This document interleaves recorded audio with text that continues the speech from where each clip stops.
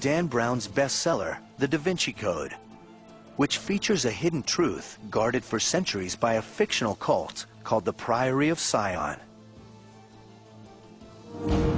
But in his next book, The Solomon Key, Brown brings in an organization that is real: the Freemasons, a group that conspiracy theorists say has amassed great power and is willing to destroy anyone who would challenge them. They assert that the Calvi death is one example of how far they'll go to protect their members and their schemes.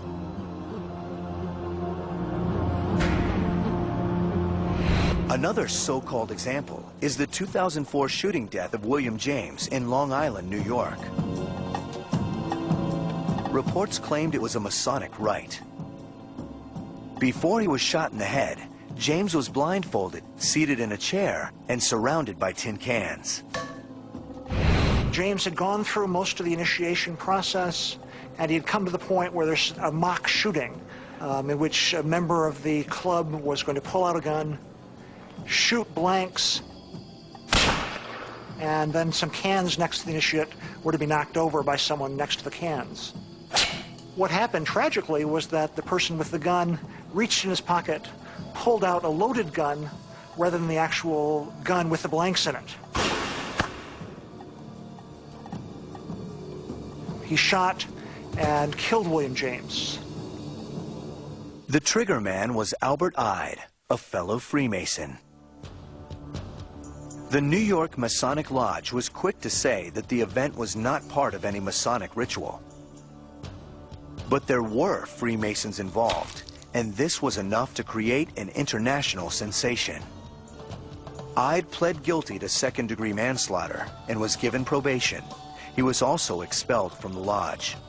If you break the law and you're convicted, then you will either have your membership suspended or, more often than not, thrown out completely and not be able to get back in because of what we believe Freemasonry stands for.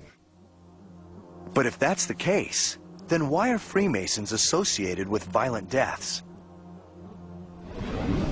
One reason may be that their initiation rites involve a Masonic legend that goes back 3,000 years. And at the center of the tale is a murder. The story is based on a biblical account found in the Book of Kings. King Solomon built the temple to God in Jerusalem.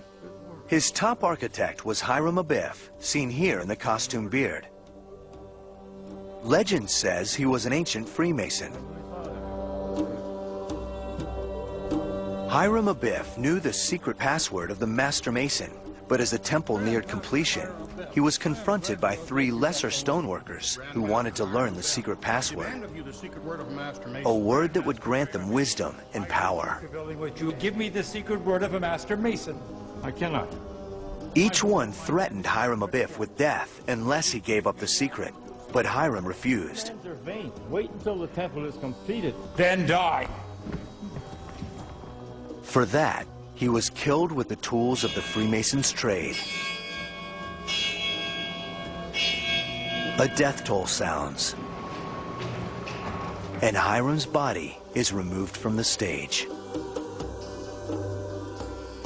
When you act out the role of Hiram Abiff, it's the most dramatic way of learning what your deepest fears are. The 3 assassins plant an acacia tree over the grave. Then they try to board a ship to flee the realm, but they have no permission to leave. Meanwhile, Solomon learns that Hiram is missing, and he orders his men to search for the architect. To the temple and see if he cannot be found. Sometime later, the killers are found and are brought to the king of Tyre. All 3 admit their guilt, and the king orders their execution. Later, Hiram's death is confirmed when his pendant is discovered. And when his body is found, it is carried off to a proper burial. King Solomon then establishes a new word, one that no Freemason will ever speak in public. This word is the passkey to the 3rd degree, one of the Masons' most tightly held secrets. That secret word is only, however, a substitute for the true pronunciation and understanding of the Tetragrammaton, or Yod-He-Vav-He, or YHVH. Only a substitute. And that word is Mahabon, and which I believe is a corruption of the Hebrew Mahaboneh, which can be translated, "What? Is this the builder?" And Hiram, of course, was a builder. My name is Stephen Tsoukalos, and I'm not a Mason. The ritual of the third degree is not about protecting a word. It's about being entrusted with a secret. It's an attempt to make every candidate completely reassess his life. That's why it's dramatic. I mean, it's supposed to be life-changing. But some see this ritual murder as a method of indoctrination into a sinister cult.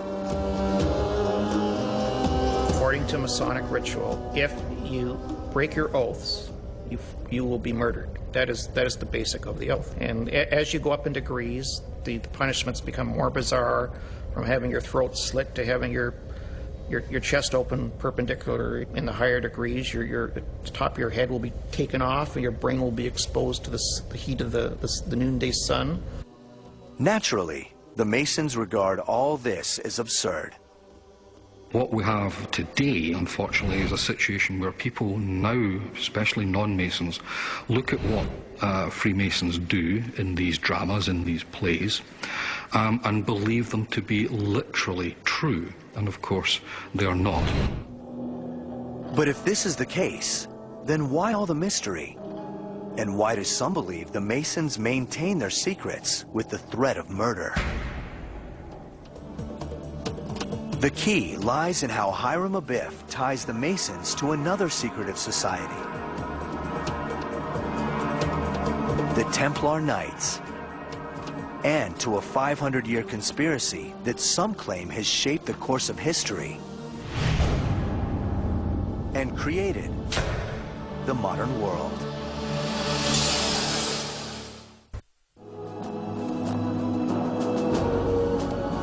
War,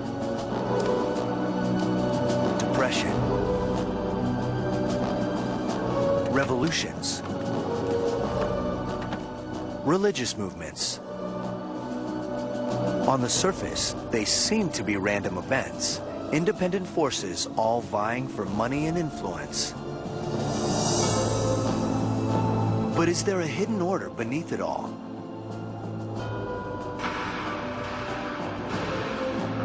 Are these events in fact orchestrated by a conspiracy of power brokers directing the business of the world through elite organizations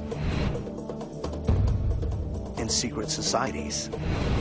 When the Bilderberg meets, you know, and they were set up by leading Masons, the Ford Foundation and the Rockefeller Foundation. Most of the key people that get invited to them are Masons. But can any one organization be so powerful, ruthless, and invisible that it charts the course of history and controls the lives of millions? And are they willing to kill to preserve their silent grip on the levers of power?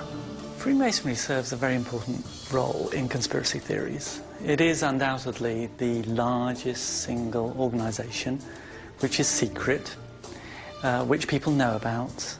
It's international, it's found in every country. So it's a perfect vehicle to enable an international conspiracy to take effect.